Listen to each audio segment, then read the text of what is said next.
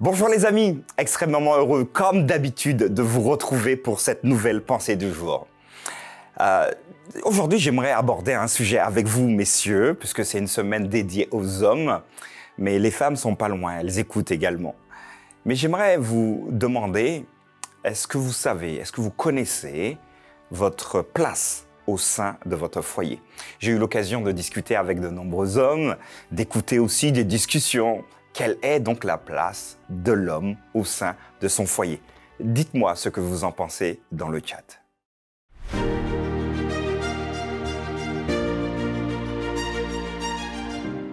Aujourd'hui, la pensée du jour se trouve dans Éphésiens chapitre 5, versets 28 à 29. C'est ainsi que les maris doivent aimer leur femme comme leur propre corps. Celui qui aime sa femme s'aime lui-même. Car jamais personne n'a haï sa propre chair, mais il la nourrit et en prend soin, comme Christ le fait pour l'Église. Voilà un super beau texte, les amis. Chers messieurs, chers hommes, voilà un super beau texte pour vous. Ceux qui sont déjà mariés, qui ont déjà une famille, ceux qui prétendent en avoir une dans quelques années ou peut-être même cet été. Félicitations en tout cas. Mais quelle est votre place au sein de votre foyer? Certains hommes, se bagarrent pour trouver une place. Mes amis, votre place, vous l'avez. Donc, il n'est pas question de vous battre pour avoir votre place. D'abord, me semble-t-il, Paul nous interpelle et t'interpelle toi et te dit, c'est ainsi que les maris, tu es marié? Oui, donc c'est pour toi. Tu es un mari en devenir, c'est également pour toi. Les maris doivent aimer leur femme comme leur propre corps. Le petit souci ici, vous comprenez bien, c'est que si vous avez un mari qui ne s'aime pas lui-même, waouh, la femme risque d'en pâtir. Mais disons que vous avez, mesdames, des maris équilibrés. Tous les hommes qui regardent cette vidéo sont équilibrés. Et donc, du coup, ils vont faire le nécessaire, comme Paul nous invite à le faire, à vous aimer, vous, mesdames, comme leur propre corps. Celui qui aime sa femme s'aime lui-même. D'accord. Donc, c'est intéressant d'avoir un équilibre.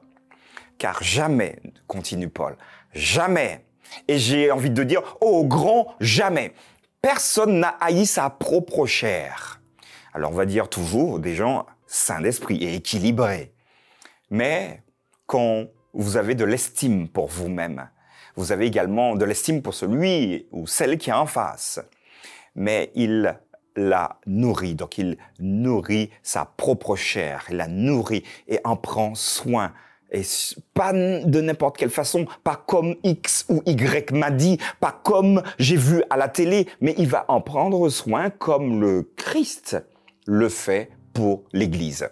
Une très belle métaphore ici qui met finalement en valeur le Christ et l'Église. Le Christ, c'est le mari, vous et moi, messieurs, et la femme, c'est l'Église. Qu'est-ce que le Christ va faire? Qu'on continue les lettres de Paul, c'est clair. Il va se mettre en 18, il va se plier en 18 pour faire quoi? Pour racheter son Église, pour la sauver. Messieurs, alors je vous parle.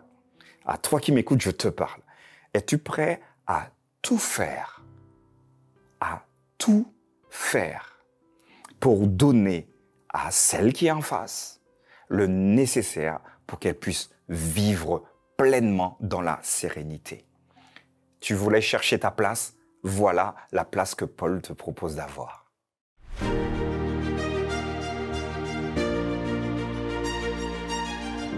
Ben voilà les amis, une belle perspective encore de Paul. Alors quand Paul il écrit c'est parfois impactant, ça fait parfois mal, mais ça nous interpelle à progresser. Ça interpelle également ceux qui sont des maris en devenir à pouvoir prendre les bonnes décisions aujourd'hui pour une réalisation future.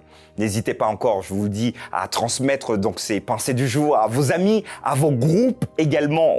Groupe WhatsApp de discussion, n'hésitez pas, allez-y et surtout mettez ce que vous en pensez en commentaire, des commentaires bienveillants pour nous aider à progresser tous ensemble. Je vous donne rendez-vous demain pour une nouvelle pensée du jour.